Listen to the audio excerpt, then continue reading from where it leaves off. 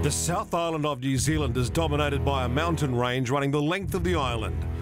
And in the shadow of New Zealand's Southern Alps, across the Canterbury Plains, lies Christchurch City. Once famous for its English-style gardens, a devastating earthquake in 2012 changed the city forever. With billions of dollars spent on the rebuild, Christchurch is once again the gateway to New Zealand's scenic South Island, a winter wonderland offering plenty for the adventure junkies. While the city is crowded with bars and restaurants, this is the home of round 3 of the Brian Green Property Group New Zealand Rally Championship. This is Lone Star Rally of Canterbury.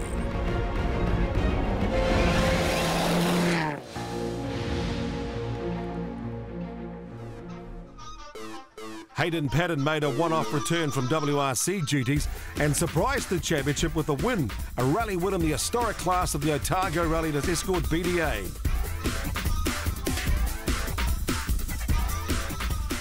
But with he and the USA Rally star Ken Block leaving New Zealand after Otago, the spotlight turns on Ben Hunt. He has a 7-point lead in the championship, but there's plenty of depth in the championship chase with the likes of Matt Summerfield eager to do well. Hi everyone, I'm Matt Summerfield and we're here in Christchurch and this is my home rally.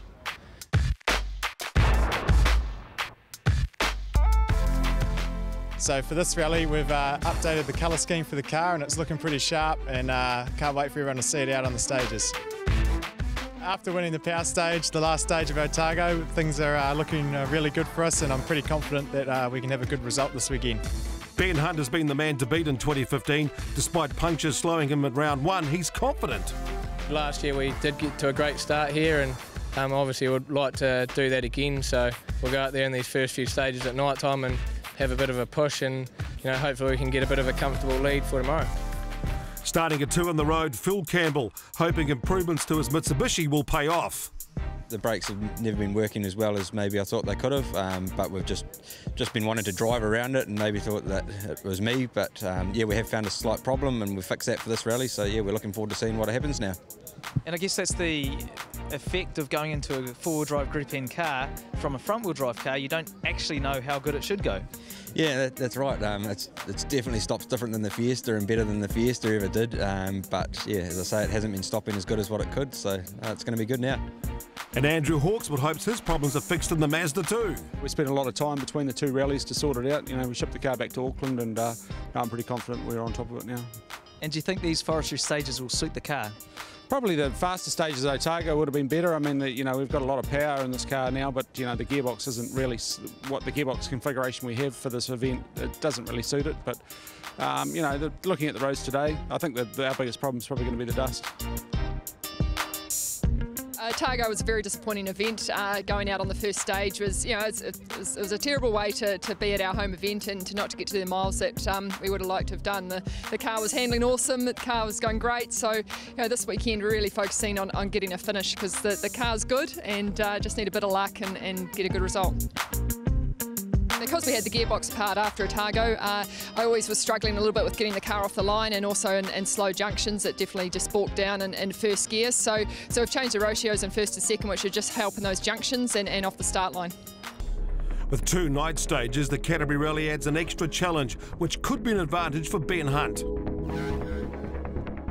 I love it at night time, if you work well with your co-driver and that, then apart from being pitch black, it all flows just as well and yeah, it's great fun.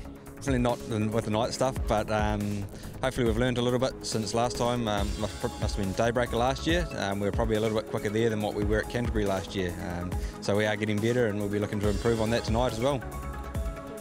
So Ben Hunt will lead the cars away from Lone Star in Christchurch, heading north to the forest beyond Rangiora. Let's check out the B&T stage preview.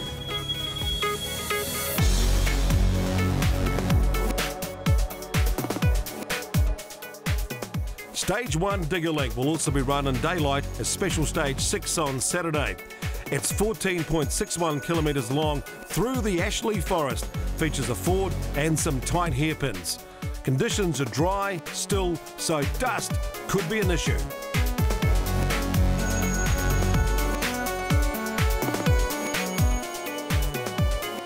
Stage 2 Goodyear Auto. It's 29.27 kilometres. This could be a challenge if the dust remains an issue through the forestry roads. But there's a good layer of gravel, generally smooth and fast.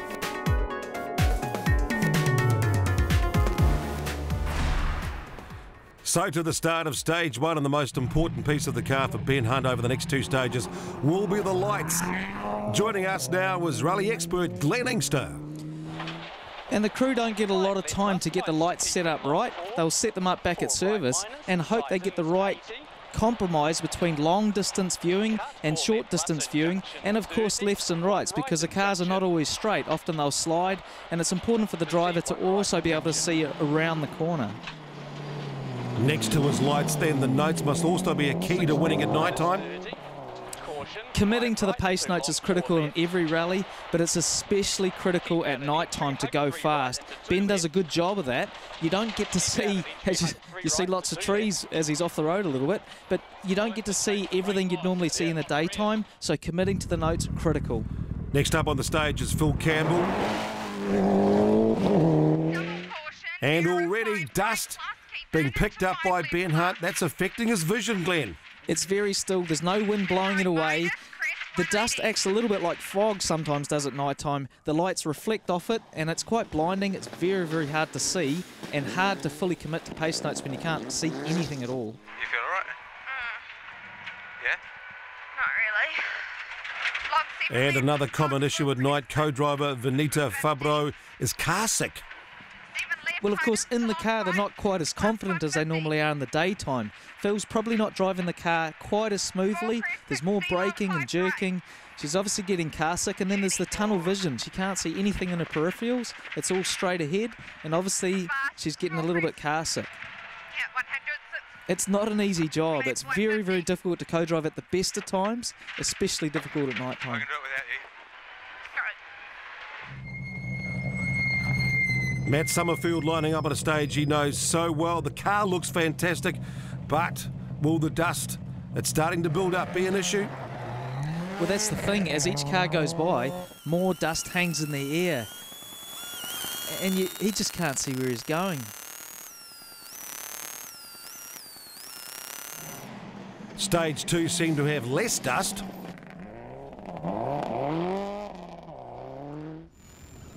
This is heading down towards the end of Special Stage 2. Very, very fast section of road. Oh, and he's lost it. Oh, big roll there for Summerfield.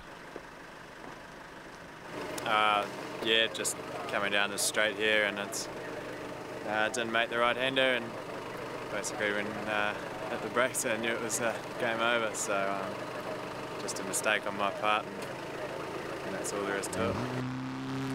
Graham Featherston running fourth on the road. Consistent results had earned him a top 5 start position, but struggling in these difficult conditions as the dust continues to be a real problem. Fifth on the road, Brian Green, forced to struggle with engine problems, despite the dust as well.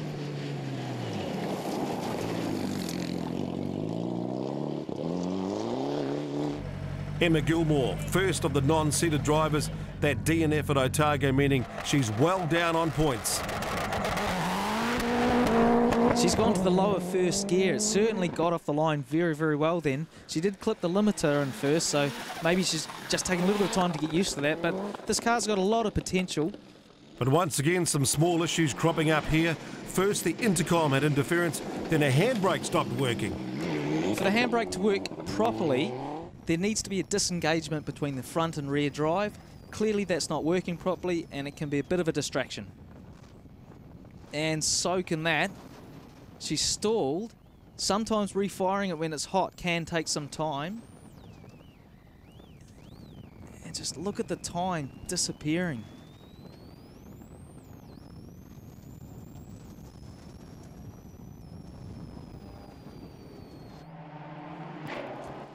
Lance Williams had shown good pace this season despite a DNF on day one at Whangarei.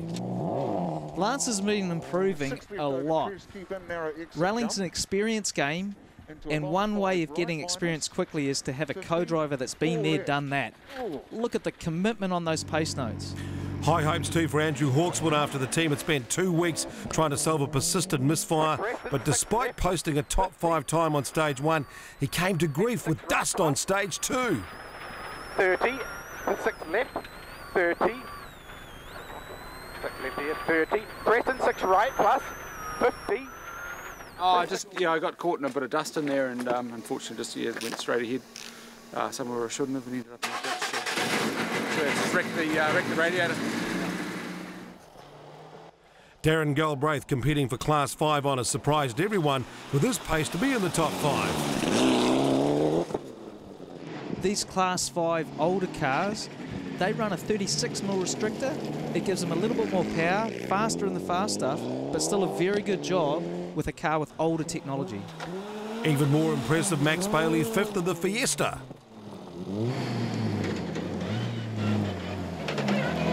But an early exit for Hugh Spence out after stage 1 with broken suspension in his Class 5 Subaru. And Brian Stokes, who's competed here since the early 80s, out after just 700 metres of stage 1. So at the end of stage 2, Ben Hunt with a minute lead over the competition. Phil Campbell also clear of 3rd, so it seems like the dust has been a problem. Ben, we're used to you having great starts, but this is an exceptional lead after 2 stages. Yeah, no, it's fantastic. Really stoked for that. The car went amazing in the first 2 stages, and you know, hopefully we can just keep the car like that for the rest of the weekend. You know, there's a challenge driving at night, and especially sweeping a road. I hadn't experienced that in the night before, so it was interesting, and I enjoyed it. Another great start in this rally.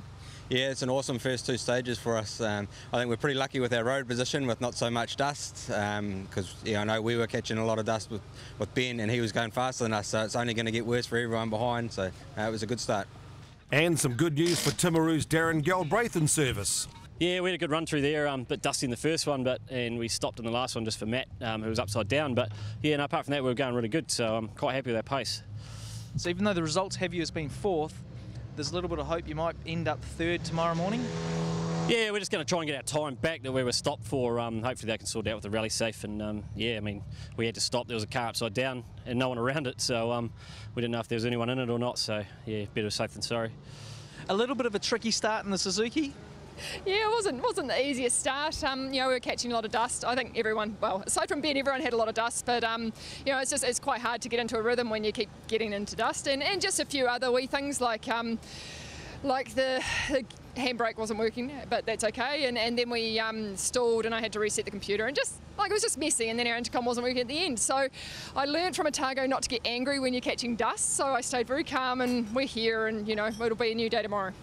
The car's feeling really good, you know, in terms of it was just a whole lot of niggly wee things, you know, and the intercom is just, yeah, unfortunately it's one of those things. They're really high revving cars and not a lot of sound deadening inside them, so it makes it really hard to hear, especially in the higher speed stuff. Max Bailey happy with top 5, but realistic about keeping that in the daylight. Yeah, we weren't really expecting that either. Like, we sort of got to the end of the stages and thought, you know, we were pushing through them, but it wasn't too raggy. So no, we look forward to tomorrow. We'll drop back a bit, no doubt, with the daylight and the other drivers being used to it. But yeah. Coming up on the Lone Star Rally of Canterbury, back in daylight along with the dust, there's snow and ice to challenge the drivers.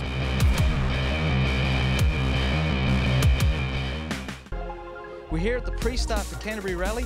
It's not as cold as we were expecting. What tyre compound the guys are going out at, that's a bit of a talking point. We see Ben Hunt's on a medium tyre. We noted Andrew Hawks has gone on a soft. The big difference is how fast the tyre will come in to make maximum grip. It's just how soft the rubber is. And early in the stage, Andrew's certainly going to have an advantage. But whether that soft will stay good, that's what we're going to see. And whether the frost that's been hanging around is going to play a part. 3 stages make up the morning loop, starting with HDPS Stage 3. Just 4.7 kilometres, but icy, so caution required. Stage 4 BP Select, challenging 17 kilometres through the Okuku block of the forest. Dry, so will it be dusty, and also climbs a ridge.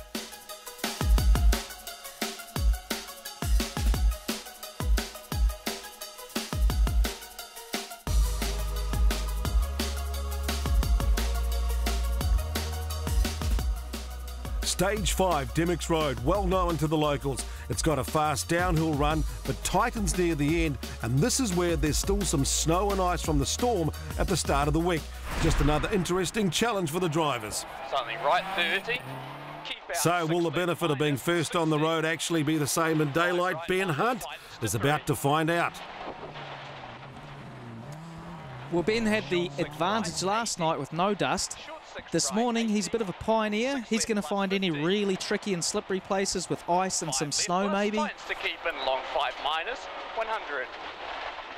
So maybe not the best of conditions for Ben this morning. A minute down in time, so Phil Campbell will have to push Ben really hard here. Phil's gone out on the soft Dunlop tyre, so he's going to be making grip straight from the start of the stage. And looking like he's making use of that grip. Right, let's take a ride through the stage with both drivers side by side. And this is really interesting. Just listen for the timing of the notes and also tiny little differences just to describe bits of road. 6 left, 30. 6 left minus 30. Believe, 6 left minus 30. 7 left, 30. Tightens to 6, keeping into 3 right. In the end, Campbell wins the stage by 2.6 seconds. 6 left, 6 right, 60. To claim his first ever championship stage win. And with Matt Summerfield and Emma Gilmore starting up the order, but already you can see the road starting to change. This is a bit different. In the dry bits, she'll get more grip. The road's going to sweep. In the slushy bits, it's going to be a worse road. Emma's a further 8.3 seconds down on Campbell here. Andrew Hawkeswood rejoined. No chance of points, except possibly picking up some power stage bonuses later in the day, but valuable stage time for the car, which still needs more testing. 6 left, Titan 5 plus, 80. Overheating there. No, I wondered that. And 6 left plus. And that's the result of the little crash they had last night. So unfortunately forced to retire. Lance Williams fourth on the stage, still holding fourth place, 22 seconds behind Galbraith. Max Bailey slipping to sixth behind Gilmore.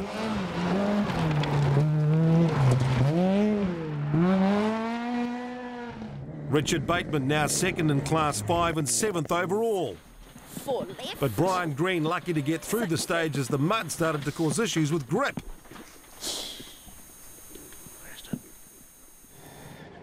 Daytime stages suiting Graham Featherston.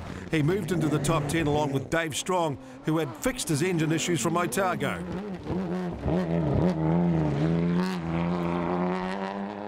Third in class for Tyler Radovan, and that put him top of the class in the GRC, the Gold Rally Challenge. Stage 4 now, and what a contrast from the ice and the mud to dry, open and fast. When there's not so many trees around, the road can dry out a little bit and the ice is not going to hang around as much. That's fast. Ben Hunt flying through the stage with a time of 13 minutes, 46.5. You also noted the co-drive speaking faster. It's more urgent. His tone rises with the pace of the car.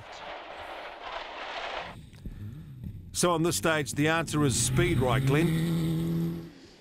Yeah, it's all about carrying speed everywhere, but that first stage was a lot tighter, and this is just flat out good, wide open forestry stuff. Phil faster again by 4.5 seconds. That's a good start this morning. He's fast. He's just carrying so much pace downhill, and that's really, really tricky. Easy to go fast uphill, but to carry so much speed down this hill, good job. Also impressive, Darren Galbraith. He likes the fast road, suited to this one, third fastest. Next up, Emma Gilmore.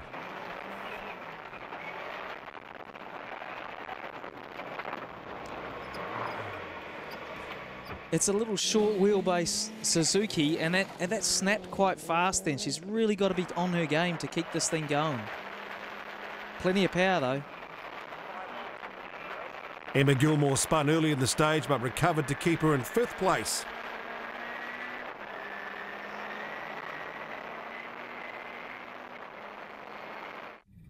Lance Williams just under a second behind Galbraith on the stage, so holding on to 4th. Minus, don't go wide. It's this one here. Whoa, don't go wide. You all right? 60, no, I'm fine, mate. Late tightening, 3 left, cut late. Late tightening, 3 right, cut late. Got that one wrong, just to push it off. Good to see a bit of humour in that car. 130 to a 5 left plus and 5 right. Graham Featherston making further progress, moving up another position.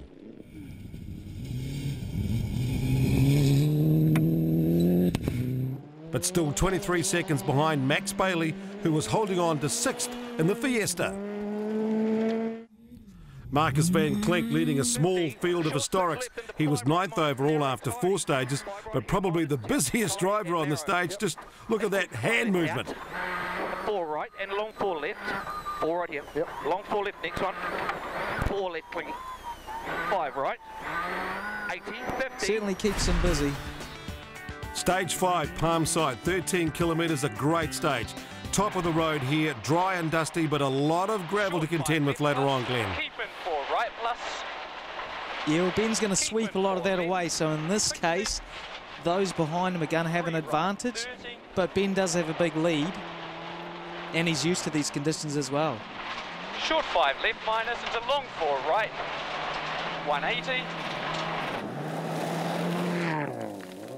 But now check this out, near the end of the stage, the road runs in the shade on the hillside, so there's a lot more significant ice and snow ahead.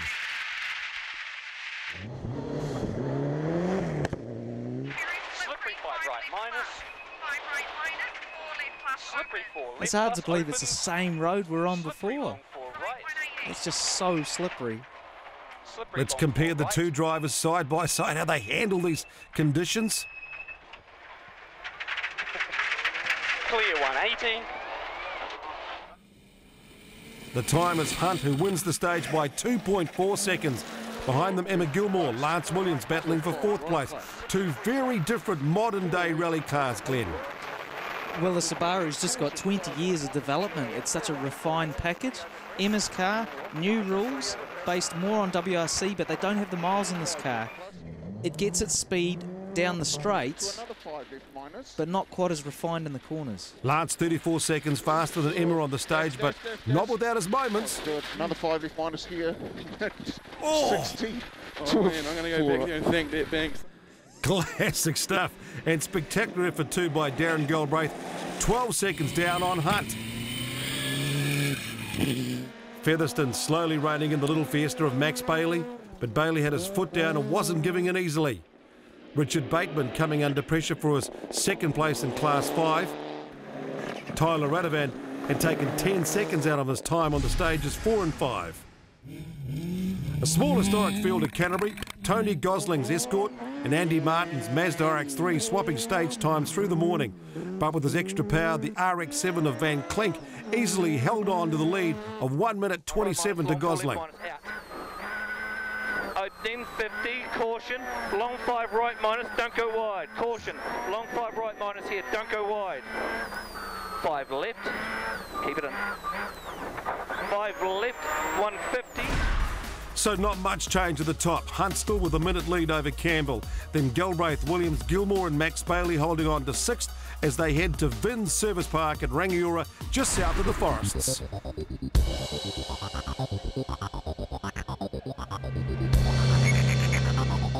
Been a big lead overnight, but Phil's got a couple of stages off you this morning.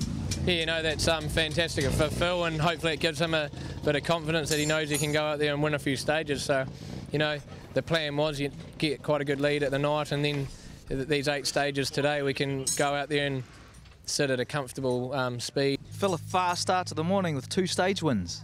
Yeah, it's awesome. I think that might be the first time we've won an NZRC stage overall, so we're pretty happy with that. We put some soft tyres on the car this morning, and I think that was obviously the right thing to do. It really helped us out. It's quite frosty on foot, so you think the soft tyres gave you a lot of grip? Yeah, I think so, and the ground temperature's way down on what it has been at all the other rallies, so it's probably the first time we've used softs, but yeah, it definitely worked. We've got a few things to sort out. Everything was fine in the stages, but the gearbox wasn't quite doing what it was meant to, just touring back, so they're just going to have a look into that now and make sure we're good to go back out this afternoon. A precautionary brake bleed on Darren Galbraith's car, but it's been a trouble-free morning. The roads sort of, I like these roads and the fast nature of them, so it sort of suits the car and the top end speed of this car. So yeah, I find the car suits it really well. And more positives for Emma Gilmore. Just in general. This morning was just, I suppose, getting into the groove again, and it was nice being able to see our intercom was working as well, which definitely helped. Had a spin in the second stage and just struggling a little bit with confidence coming down the hills, and just 2 and 3 times braking rather than just doing it nice once, and yeah. Stick around, coming up, problems on stages for 2 drivers, and it's a shuffle at the top 5.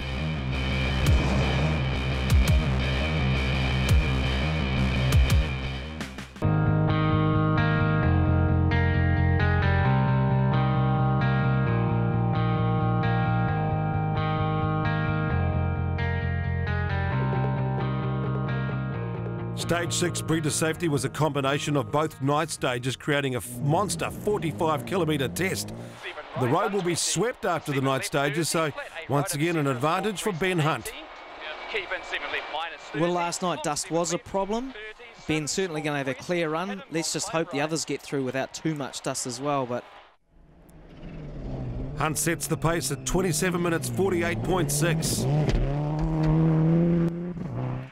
Phil Campbell, though, had major issues on the stage. Come on, give us a gear,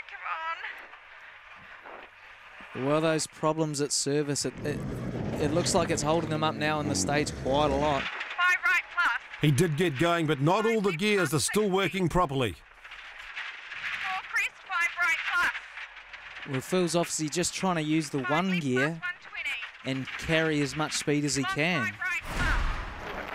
Problems too for Emma Gilmore with their car stalling on slow corners.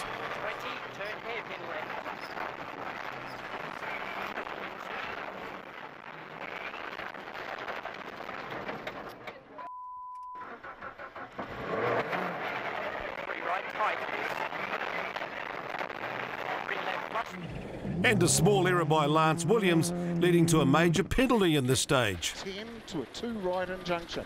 Defcon 10 to 2 right injunction. 250 rough. And a big hole right there.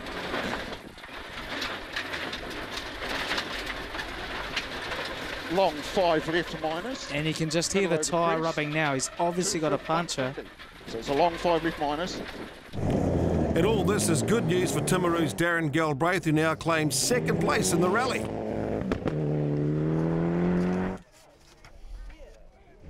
Graham Featherston also getting past Bailey here to move into 5th. And 5th fastest time on the stage moves Dave Strong up into the top 10.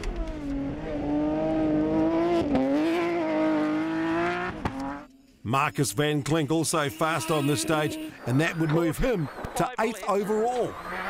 Into short, 6 right, into 4 left. Here's 4 left, 5 right, 7 left minus. We're getting used to these two-wheel drive cars getting really good results overall. So Hunt still leads, but Campbell now down to 3rd, Gilmore 4th, but that puncture proving very costly for Lance Williams. Well, today in the last stage we've had a bit of a minor issue, which turned out to be quite big. We thought it was just a puncture, but we ended up with a lot of debris from the tyre wrapped all around the hub, which we couldn't get off very fast, which came from a broken rim. And a big hole right there. And inside a tyre there's heaps of wire which holds it together and stops it from getting punctures, but this time the rim broke and ripped it all apart, so it wrapped all around the suspension, broke a few of our brake lines and did quite a bit of damage, and it took quite a bit for us to get it off and get back into the race. And Phil Campbell's crew working really hard here to keep him going and keep him in the rally. We had it touring coming into the last service and we thought we'd fixed it, but no, nothing there. Sometimes it would select the gear and sometimes it wouldn't, so we ended up having it in 3rd gear for the whole of that long stage, and yeah, lost quite a bit of time. But the boys just had the welder out now and it looks like they've got it sorted, so hopefully it's all good and we'll have another go this afternoon. A chance too to catch up with veteran NZRC campaigner Dave Strong at the Vin Service Park. Problems at Otago had left Dave despondent. Yeah, I think what actually happened, it was jammed in gear at Whangarei, and as we dragged it onto the trailer, it's jumped a tooth on the cam timing, and that's actually what's happened. It's retarded. Contributing to that, an exhaust muffler imploded, robbing the car of power. It's marvellous. Another 100 horsepower. It's really good. I'm having to learn the car again because Dunedin I reverted back to the old no power, left foot braking, all of that. So I'm learning how to drive short shift and It might sound odd, but the car's completely different. It's just on too much throttle, it just oversteers. So you got a short shift and then feel the road and, you know, all that sort of stuff. So. Back to the Forest and Stage 7, a repeat of Stage 3, just 4.65 kilometres. Ben Hunt able to relax with a good lead after everyone's problems. Now, with such a big lead, he's really got to focus on not making any mistakes and driving still at a pace that's quick enough to maintain the concentration. Slippy, 6 left, 30, hug long 4 right. But while Phil Campbell is pushing hard, the gearbox issue seems to still be causing problems. 6 left minus, 5 right plus. 5 left into caution, slippy 4 right plus. Third on the road, Emma Gilmore, finding that even at this stage, the surface can be very slippy. Especially here where there's no sun. Bit slushy. That car's keeping her busy. 6 left, entry. 6 left, very long. Although he was never going to make up the 6 minutes lost from the puncture, Lance Williams won the stage and at least moved back into the top 10 here. 4 right plus and 5 left minus, don't cut. And 4 right. Darren Galbraith now in a comfortable second place. Dave Strong continuing to post competitive stage times, moving up to 7th. 4 left plus don't But Brian Green very lucky not to get stuck. Unbelievably in the same hole he nearly went into in the morning. 4 left, again, foot in, foot in, foot in. 60. It was a very slippery one on the first stage of the loop, and the first time around today we nearly ended up in the big hole. The second time around I think the back of the car did end up on the hole, but we managed to bounce out and carry on.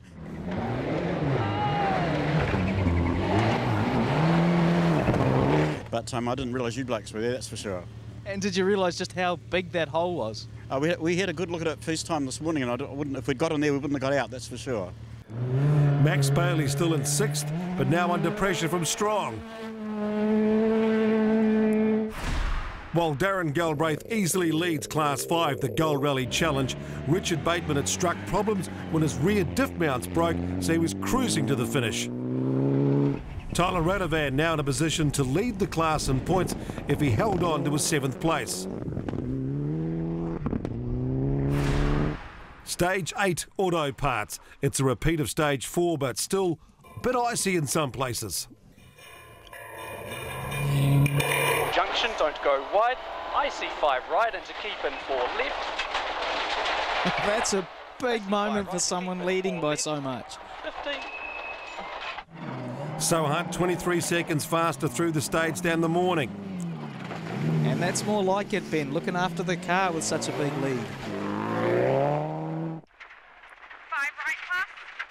Phil Campbell finding enough gears to keep pace though. His time just 0.8 slower despite more dust on the stage.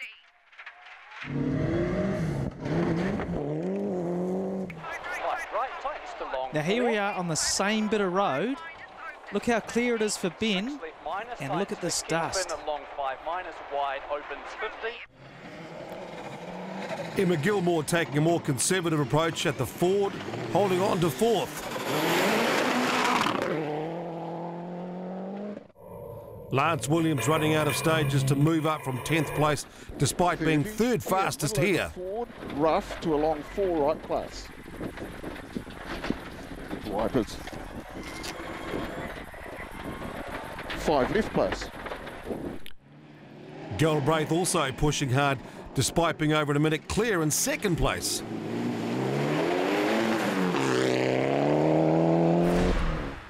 Stage 9, Universal Plumbing, a 13-kilometre repeat of Stage 5, and the snow has not melted, leaving a slippery, icy section, which needs a bit of care.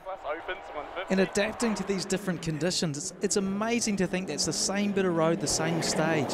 Ridiculously slippery in some places, and plenty of grip in others. Again, Phil Campbell finding all the right gears on the stage. 5 left, tightens to 4, don't go wide. Great view of the Canterbury Plains there, and Lance Williams again pushing hard, moving up one more place. It's been entertaining on board from this pair, this rally. 4 left plus opens. Graham Featherston also getting faster, tying with Emma Gilmore on the stage.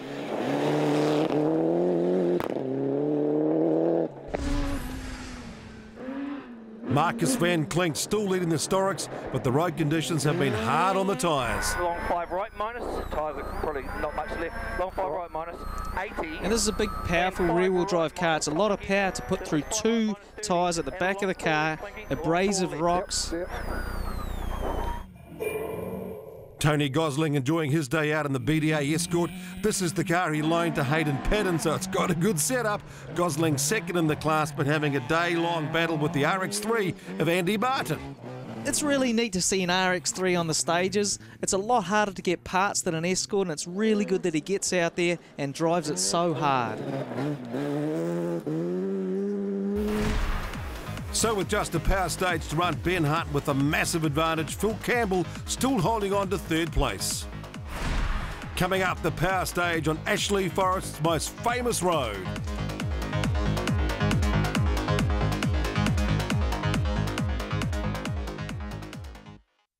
Rally of Canterbury. He may have retired from V8 supercars, but Greg Murphy took the opportunity to get some rally stages under his belt in Tony Gosling's cool Mark 1 Escort. Unfortunately, his rally came to an early finish with engine issues on stage 5, but Murph reckons the gravel was pretty addictive. Power stage time, stage 10, rubber developments, a cracker, 19 kilometres. Mount Grey Road is super fast. It has, of course, the famous Ashley Forest Rally Sprint as its finish.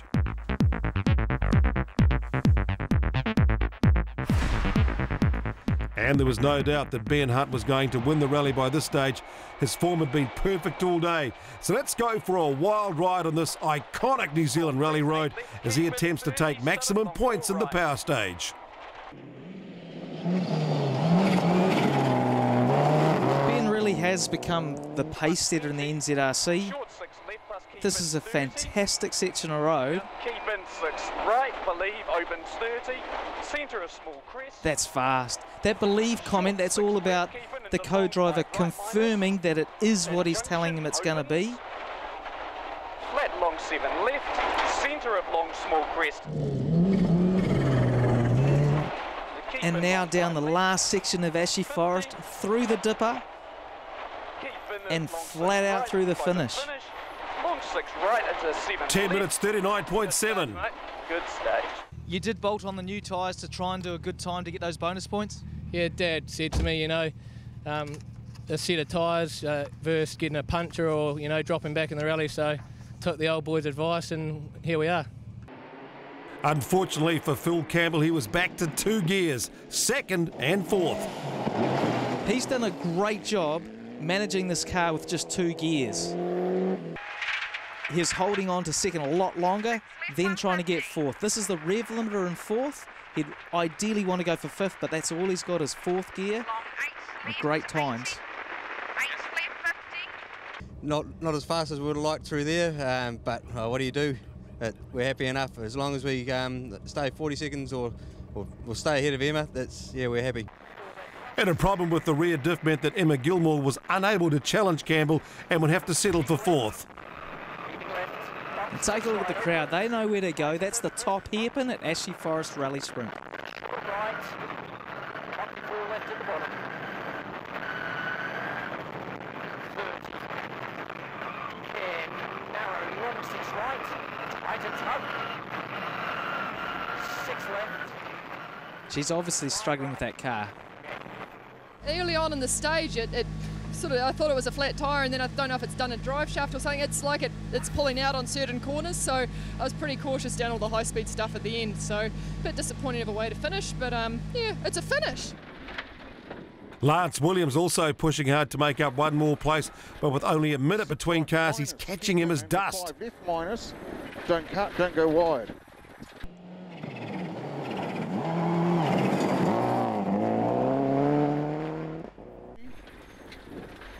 to a long 6 right. And when you're in the dust, that's when you really got to trust those notes. 6 right, keep in, keep in, keep in. That's it. And that's over 160 kilometres an hour. Great finish too for Darren Galbraith, second overall and first in class. Fantastic result for the overall rally. Well done. Yeah, Rocky's been awesome on the notes, the last, especially after Otago and that, we've just got better and better riding our notes. So, no, thanks very much to him. It was awesome, This car suits this sort of fast stuff, and I like the fast stuff, so it's a good combination.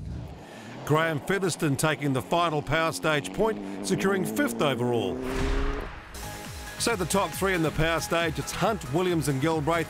Max Bailey just missing out on the points in the Fiesta.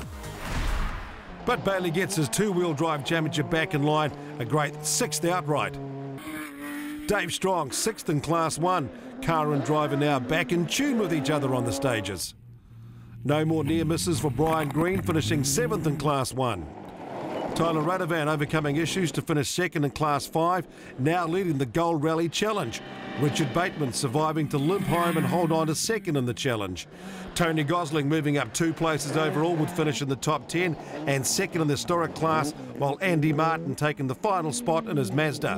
Marcus Van Klink cruising to victory in the historics. So the final result in the Lone Star Rally of Canterbury, victory goes to Ben Hunt. Great drive by Darren Galbraith in 2nd, and a gutsy performance by Phil Campbell to bring home the Ailing car in 3rd. And the points table sees Ben Hunt with 96. Campbell in touch though, just 12 back. Van Klink and Green tied for 5th, showing that a good finish record pays dividends. Next up, it's Fuchs Oil Rally Gisborne and the return of the mighty Motu stage to the NZRC.